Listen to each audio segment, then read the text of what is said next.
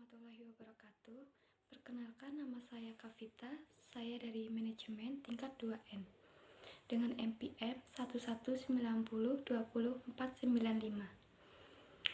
Di sini saya akan melakukan penelitian UMKM untuk memenuhi tugas etika bisnis dari Ibu Tiara. Sebelumnya saya akan menjelaskan mengenai CSR. CSR merupakan strategi yang digunakan perusahaan untuk mengakomodasikan kebutuhan dan kepentingan stakeholder-nya. CSR dimulai sejak era di mana kesadaran akan perusahaan jangka panjang adalah lebih penting daripada sekedar profitability perusahaan. CSR itu suatu konsep atau tindakan yang dilakukan perusahaan sebagai rasa tanggung jawab perusahaan terhadap sosial maupun lingkungan sekitar. Untuk manajemen produksinya sendiri merupakan upaya perusahaan untuk menerapkan konsep manajemen pada proses produksinya sehingga barang yang diproduksi sesuai dengan spesifikasi, jumlah, waktu yang tepat. Namun biaya yang dikeluarkan dapat diperkecil. Manajemen produksi meliputi 3 kegiatan. Yang pertama, perencanaan produksi. Hal ini dilakukan dengan tujuan mengadakan persiapan yang sistematis bagi proses produksi yang akan dijalankan.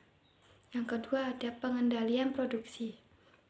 Tujuan dari pengendalian produksi adalah menyusun proses kerja yang dilakukan agar proses produksi dapat berjalan efektif dan efisien. Dan yang ketiga, ada pengawasan produksi. Setelah perencanaan dan proses kerja tersusun, maka tahapan selanjutnya adalah melakukan pengawasan agar proses produksi yang berjalan dapat memberikan hasil yang sesuai dengan apa yang diharapkan. Nah, selanjutnya kita akan melakukan penelitian ke UMKM pedagang sate aci.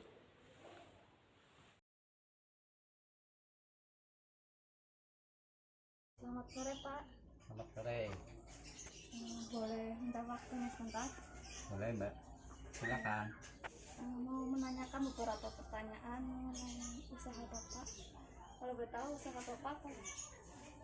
Sate aci, Mbak. Sate aci. Nama usahanya? Sate aci Kelangan Roso. Apakah usaha ini milik Bapak sendiri? Alhamdulillah ya, milik saya sendiri. Dimulai sejak kapan Pak usaha ini didirikan? Kalau untuk sate aci ini ya 1 tahun yang lalu, Mbak. 1 tahun yang lalu. Berapa kisaran harga produk yang dijual, Pak? Harga kita jual dengan harga per kodi, Mbak. Iya, 1 kodi kan 20. Harga 10.000 per kodinya. Iya, beli per tusuk 500. Apakah ada target penjualan per harinya, Pak?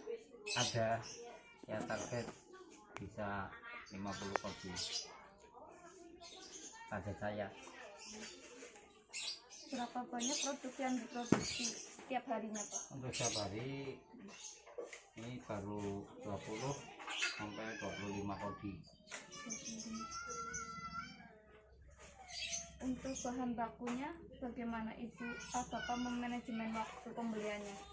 Ya, untuk bahan baku kita langsung beli secara rutin, yaitu tiap hari di pasar, Mbak.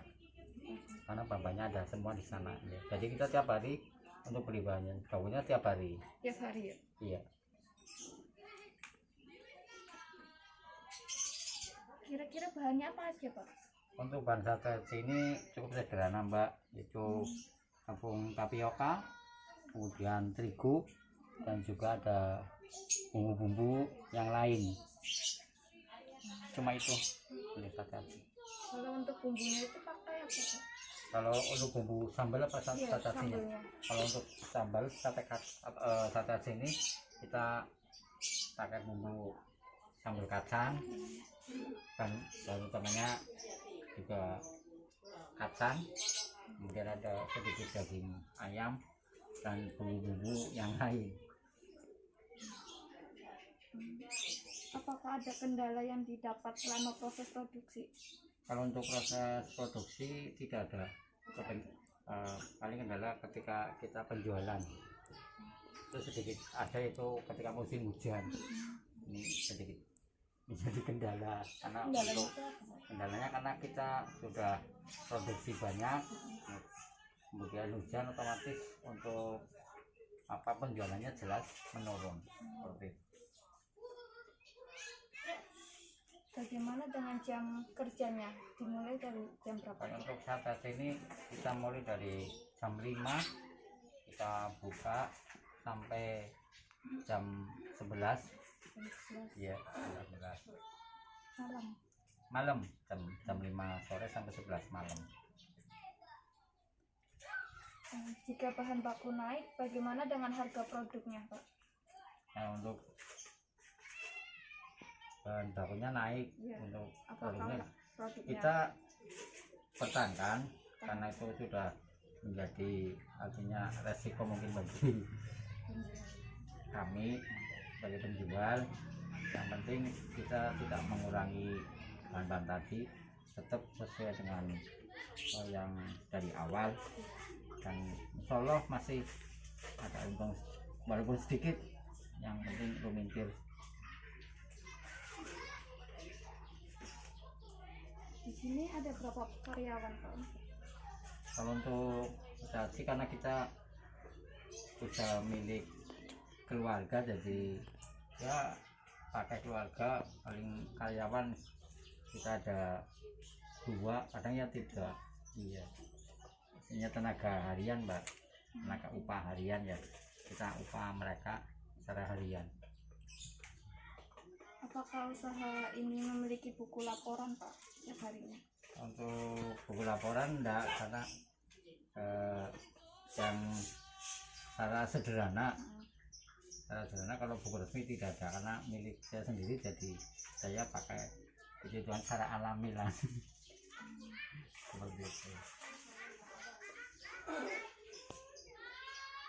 Bagaimana cara Bapak sebagai owner dalam menghadapi pesaing baru? Ya, untuk menghadapi kompetitor ataupun pesaing baru, satu sisi kita juga tetap harus positif thinking, percaya diri, karena setiap usaha itu pasti ada jalan, dan paling untuk mengantisipasi itu kita pertahankan mutu kualitas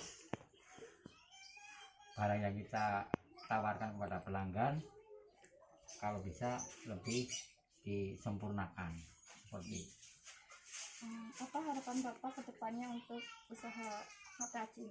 Harapan saya jelas ingin berkembang, yang secara otomatis juga kita nanti butuh sedikit banyak tenaga, mereka yang mungkin belum punya pekerjaan tetap bisa kita manfaatkan untuk bisa membantu usaha ini, yaitu menjadi semacam karyawan lepas yang bisa kita kasih upah sesuai dengan kemampuan dan juga keuntungan dari usaha ini. Gitu. Intinya memang saya ingin mengembangkan usaha ini dan juga bisa mengajak teman-teman yang lain mengikuti usaha yang saya geluti ini, karena saya juga siap membantu mereka yang betul-betul ada niat untuk mengembangkan usaha, bisa belajar kepada saya secara langsung. Terima kasih ya Pak atas waktunya. Semoga usahanya semakin lancar ke depannya. Amin, amin ya Allah. Semakin berkembang. Sukses buat panjenengan juga. Amin.